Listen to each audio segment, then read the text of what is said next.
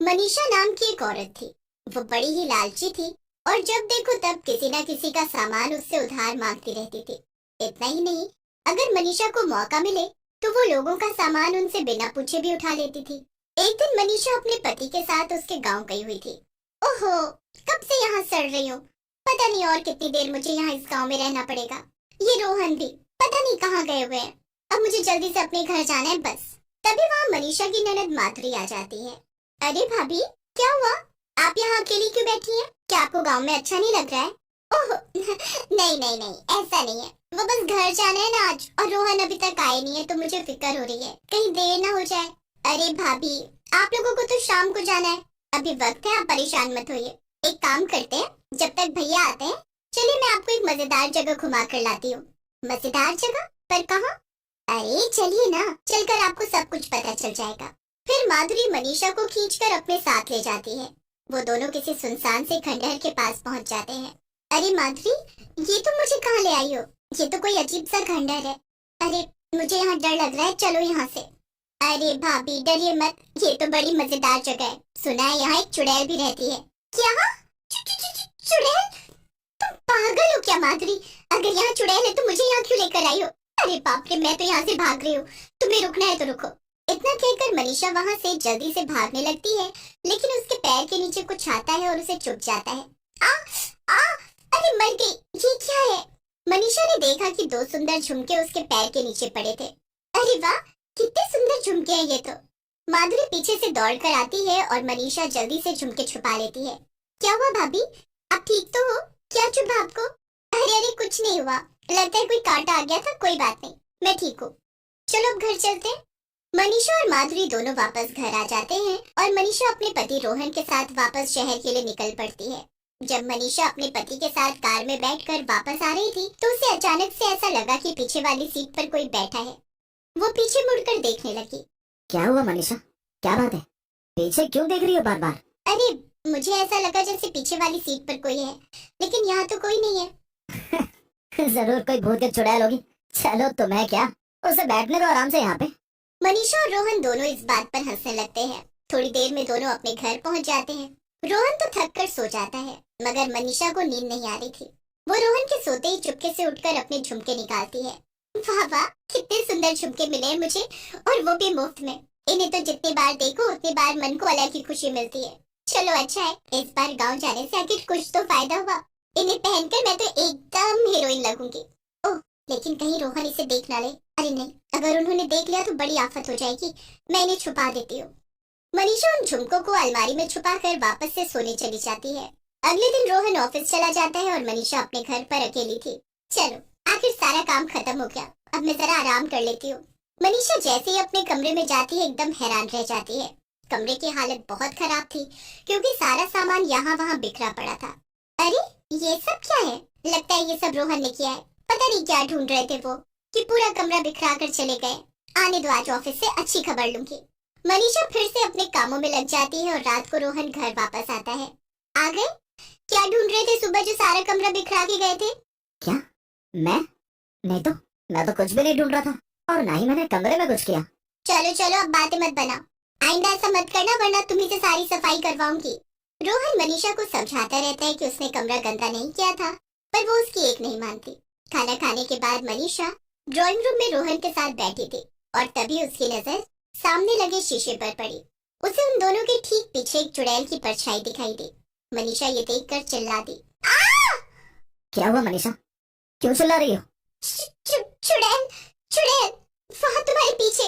रोहन ने मुड़कर देखा तो वहाँ कोई भी नहीं था। क्या बोल रही हो मनीषा, यहाँ तो कोई भी नहीं है, जरूर तुम्हें कोई वहम हुआ है। नहीं नहीं, मुझे पूरा यकीन है, मैंने वहाँ एक चुड़ैल को देखा था, मुझे कोई वहम। मनीषा डरते डरते रोहन के साथ सोने चली जाती है, लेकिन रात भर वो उस चुड़ैल के बारे में ही सोच रही थी। सुबह उठकर रोहन फिर से मनीषा को समझाता है कि चुड़ैल बस उसके मन का वहम ही था, और फिर वो अपने ऑफिस चला जाता है। मनीषा किचन में थी और खाना बना रही थी, लेकिन जैसे ही वो मुड़कर पीछे देखती है चुड़ैल ठीक उसके सामने खड़ी थी। बचाओ बचाओ, चुड़ैल, चुड़ैल कोई मुझे बचाओ। अरे चिल्लाना बंद कर, मेरे कान के पर्दे फाड़ेगी क्या तू? मनीषा चुड़ैल को सामने देखकर डर से कांप रही थी। कौन हो तुम? क्यों आई हो मेरे घर में? क्या चाहिए तुम्हें? ओहो, देखो जरा इस भोली को, एक तो चोरी, ऊपर से सीना चोरी। चोरी? कैसी चोरी? मैंने कोई चोरी नहीं की है। हाँ, अच्छा ऐसी बात है। तो फिर वो झुमके किसके थे जो पहनकर तू परसों रात को यहाँ वहाँ टहल रही थी? ये सुनकर मनीषा घबरा जाती है। वो वो वो तो मेरे पति ने मुझे दिलाए थे। झूठ बोलना बंद कर। वो झुमके मेरे हैं और तूने मेरे घर से आकर चुराए हैं। उन्हें मुझे वापस कर दे वरना तेरी खैर नहीं है। अरे भला मैं अपने झुमके तुम्हें क्यों दूं? चलो चलो जाओ यहाँ से। चुड़ैल समझ गई कि मनीषा बहुत लालची औरत है और वो ऐसे नहीं मानेगी। चुड़ैल उस वक्त वहाँ से चली जाती है, लेकिन ठान लेती है कि वो मनीषा को सबक जरूर सिखाएगी। मनीषा ने रोहन को चुड़ैल के बारे में कुछ भी नहीं बताया था, क्योंकि उसे डर था कि रोहन चुड़ैल के झुमके वापस करने को कहेगा। 3 दिन बाद मनीषा का बर्थडे था और घर में पार्टी थी। चुड़ैल भी बेसब्री से इसी मौके का इंतजार कर रही थी। पार्टी का दिन आ गया और घर में बहुत सारे मेहमान आए हुए थे। रोहन मनीषा के साथ केक कटवाता है और सभी मनीषा को बर्थडे विश करते हैं। Happy birthday Manisha. बताओ तुम्हें मुझसे क्या गिफ्ट चाहिए? मुझे एक सुंदर सी चेन दिला दो रोहन। मेरे पास उसके मैचिंग झुमके भी हैं। अच्छा, मगर तुम्हारे पास झुमके कहाँ से है मनीषा? मैंने तो नहीं दिलाए। हाँ वो मुझे मेरी माँ ने दिलाए थे। हाँ, तभी चुड़ैल भी वहाँ आ जाती है। अच्छा, तो मैं तेरी माँ हूँ? चुड़ैल को देखकर पार्टी में खड़े सभी लोग डर के मारे वहाँ से भाग जाते हैं और रोहन भी डर जाता है। तू फिर से आ गई? ये क्या? ये तो सच में एक चुड़ैल है। तुम सही कह रही थी मनीषा, घर में चुड़ैल थी। हाँ, इसे जल्दी से भगा दो यहाँ से रोहन।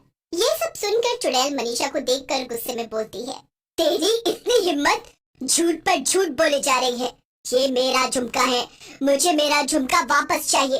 तेरी इतनी हिम्मत कि तू मेरा झुमका पहनकर घूम रही है और वो भी मेरे मना करने के बाद। चुड़ैल मनीषा को गुस्से में हवा में उड़ाने लगती है और ये सब देखकर रोहन भी बहुत डर जाता है। चुड़ैल जी, मेरी बीवी को छोड़ दीजिए। मैं आपसे माफी मांगता हूँ। मैं आपको आपके झुमके तुरंत लौटा दूंगा। उसे बस वापस उतार दीजिए। अरे पागल औरत, मैंने कितनी बार मना किया है ना तुम्हें कि ये दूसरों का सामान उठाना बंद कर दो, और इस बार तो तुमने हद ही पार कर दी। सीधा इस चुड़ैल का सामान उठा लाई। चलो उतारो ये झुमके और लौटाओ उसे, वरना इन झुमकों के चक्कर में आज हमारी जान जाएगी। नहीं, ये लो, उतार दिए मैंने ये झुमके। मनीषा चुड़ैल को उसके झुमके लौटा देती है, लेकिन तभी चुड़ैल देखती है कि उसके झुमकों में से एक टूट गया था। ये देखकर चुड़ैल गुस्से से लाल हो जाती है और मनीषा की गर्दन पकड़ लेती है। तेरी ये मजाल, तूने मेरे झुमके तोड़ दिए। तेरी आज खैर नहीं। नहीं, उसे छोड़ दो चुड़ैल जी। मुझे लाओ झुमके। मैंने अभी के अभी बनवा कर लाता हूँ। रोहन की बात सुनकर चुड़ैल का गुस्सा कुछ कम हो जाता है और वो उसे झुमके दे देती है। अगर तू आधे घंटे के अंदर मेरे झुमके ठीक करा कर नहीं लाया तो मैं इसे मार डालूंगी। रोहन भागता हुआ जाता है और मनीषा चुड़ैल की कैद में वहीं बैठी रहती है। हे भगवान, ये मैंने कितना बड़ा पाप किया। न जाने अब क्या होगा। बेचारी रोहन को भी मेरी वजह से कितनी तकलीफ हो रही है। मनीषा ये सब सोच ही रही थी कि तभी रोहन भागते हुए वापस आता है। उसकी सांस फूल रही थी, लेकिन उसने चुड़ैल के टूटे हुए झुमके सही करा दिए थे। ये लो तुम्हारे झुमके अब एकदम ठीक हो चुके हैं। अब मनीषा को छोड़ दो। आखिरकार मुझे मेरे झुमके वापस मिल ही गए। इसके लिए मुझे कितनी दूर आना पड़ा। इन्हें मैंने मरने से पहले बरेली से लिया था। मैं इन्हें कैसे छोड़ देती। इतना कहकर चुड़ैल वहाँ से गायब हो जाती है। इस हादसे के बाद से मनीषा को भी अच्छा सबक मिलता है और वो दोबारा कभी किसी का भी सामान नहीं